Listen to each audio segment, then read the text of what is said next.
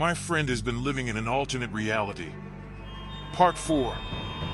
Hey guys, sorry for the wait. Let's cut to the chase. This was what Clint wrote next. Entry 5. I'm not sure what the hell's going on right now. I'm at the back of the convoy with Lauren and Kajanori, who's at the wheel. We were driving fine.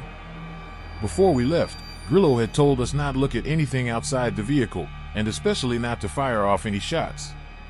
There was a 90% chance that it wouldn't kill anything. I almost broke that rule when I caught a glimpse of something pressed against the window right beside me. It had pale skin and a wide open mouth that covered half of its face. I just shuddered and ignored it. Everybody else seemed to have the same idea. That was a while ago. However, Grillo just stopped completely, and nobody knows why. You see, the road, if you could call it that, is extremely narrow and he's blocking everything in front of us. Fuck, maybe he'll get going soon. Being out here at night is pretty horrific. I swear, it's been at least 10 minutes and he still hasn't moved an inch. Kajanori's getting pissed. He wants to go and see what's going on. Lauren's trying to convince him that it won't end well, since Grillo hasn't even stepped out, but he seems adamant. To be honest, I'm close to go checking it out myself. Shit, Duke just came out in front of us, holding a rifle. He's walking towards something in front of where Grillo stopped. He's yelling at it now. He sounds pissed. What the hell is going on? Now he's raised the weapon. Grillo just stepped out and tackled him to the ground. They're wrestling now. Kajanori's run out to see what's going on. I need to know as well. I'll write down what happens later. Entry 6. Well, that was fucked up. I got there just in time to witness Duke putting Grillo into a rear naked choke. While he was gasping for air, Duke got up and started shouting again. Grillo was begging for us to stop him in between labored breaths. That's when I saw what was in front of the vehicle. It was Duke's copy. The one that we'd seen during the first days we landed on the island. Although, maybe it wasn't the same one. Duke was hysterical. What the fuck do you want from me? He screamed at it. His copy just stood there, staring at him blankly, almost taunting him. Don't let him touch it. Grillo shouted at us from behind.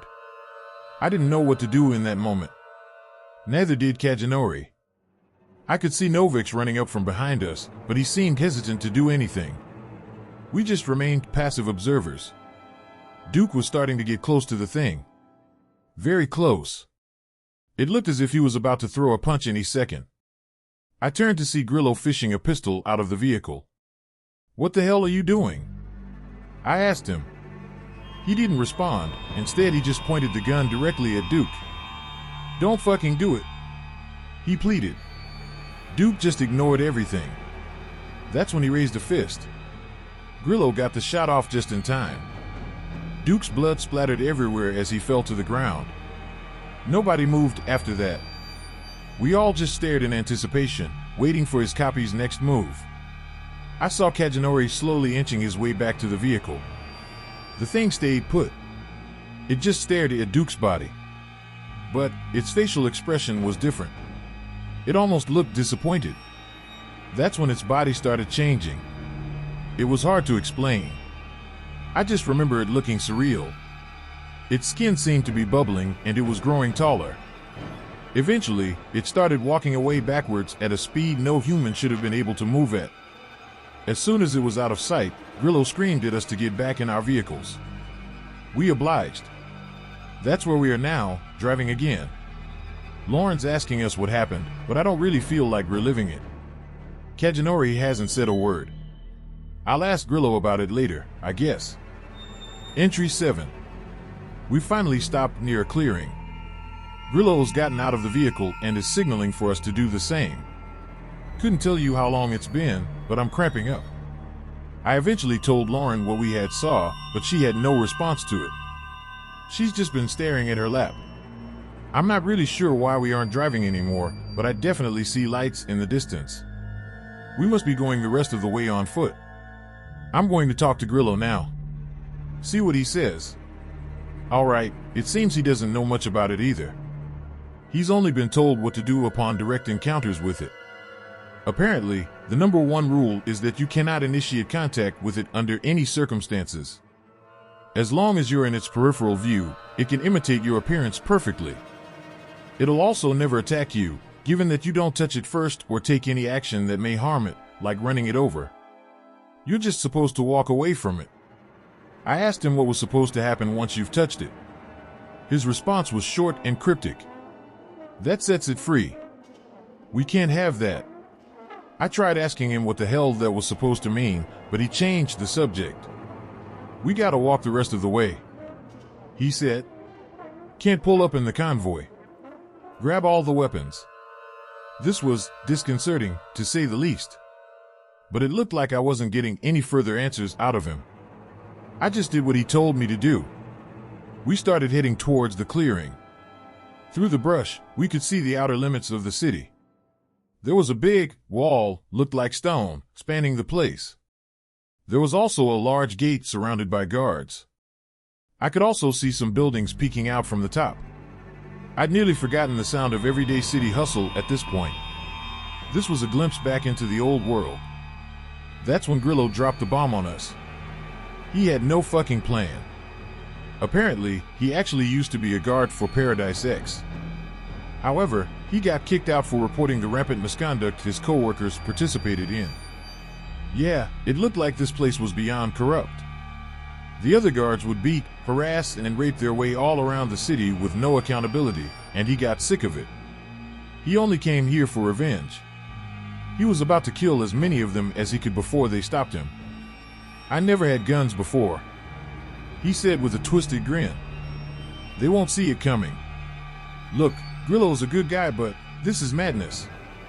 He told us that we could go back, that he wouldn't hold it against us.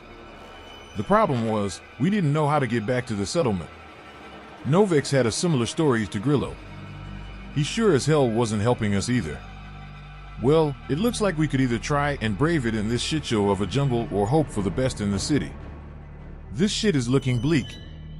I'm listening to Grillo and Novex discuss the plan of action right now. Everybody else looks horrified. Kajinori's got his face buried in his hands, Christian is praying near a tree, and I think I saw a tear roll down Lauren's eye. But I seem to feel nothing. In fact, now that I think about it, I'm actually kind of excited. Is this just blatant denial of my situation, or am I actually going insane? Who the fuck knows? The best thing I can do right now is focusing on not getting shot. Apparently, they don't use the enhanced guards outside the walls. Again, they were too important. However, it seems like Grillo doesn't always know what he's talking about. All we can do is hope for the best. The plan itself was simple. Novex would put on a Paradise X uniform he took from the convoy and walk towards the guards. If he didn't get immediately shot down, he'd open fire. That's when the rest of us come in.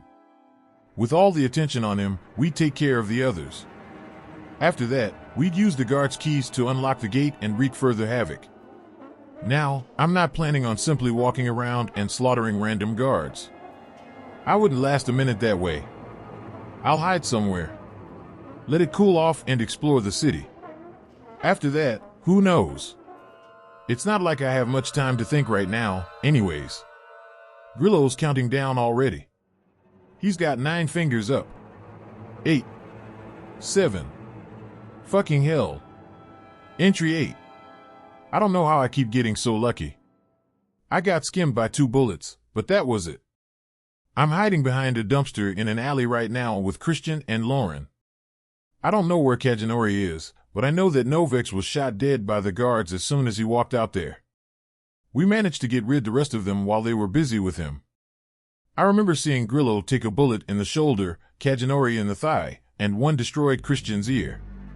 But this time, Grillo was right. None of those damn super soldiers were there. However, we were also pretty much out of ammo. It didn't take long before we heard shouting coming from inside the walls. After we unlocked the gates, we were met with a large statue of some dude with a hook for a hand. A bunch of civilians started staring at us as well. Here's the thing. I expected the quality of life in Paradise X to at least be decent. However, it looked horrendous. Everybody had bags under their eyes, and their tattered clothes barely hung onto their skinny frames. They all looked like disconnected zombies. The city itself looked like a post-nuclear Gotham. There were tons of skyscrapers, but they were foreboding and dirty. There were destitute buildings lining the place, and every street seemed to be cracked. It was filled with what I assumed to be roving police squads, and the amount of people sleeping on the sidewalks was both astonishing and disturbing at the same time. I swear, I saw some dude getting the shit kicked out of him in plain view of everybody, and nobody intervened. Not even the police. But that's probably because they were running towards us. However, they didn't have guns, only what looked like batons and knives. That's when Grillo went all out. He emptied the last clip of the rifle into a cluster of police before using it as a melee weapon. He was hurling loud, aggressive expletives at them while he did this. God, he really hated this place, didn't he? I needed to get the hell out of there. The last I saw of Grillo was him getting picked up and tossed into a windshield by an enhanced. I ran away from that whole situation until I was about to pass out. Civilians kept looking at us, but they didn't seem to give a shit. At this point, I still had 3 bullets left. I looked back to see Christian and Lauren not far behind. They also looked to be on the verge of puking. I didn't see where Kajanori went. That's where we are now, hiding behind this filthy dumpster trying to catch our breath. I don't know what we're going to do next. I don't know what we're going to do at all. I've killed so many people, but I don't really mind, to be honest. Entry 9. Shit. A couple of cops are walking by us right now. We decided to hide directly in the dumpster, just to play it safe. My eyes are watering. Lauren just silently gagged. It smells like nothing I've ever experienced before. I'm not sure what I can do. I have a gun, and they don't. I could probably jump out and force them to give up their weapons. Maybe I will. Wait. I just noticed that one of the cops has a tattoo on his forearm. Could it be? Holy shit, it is. It's the Chicago Cubs logo. This motherfucker's from Earth.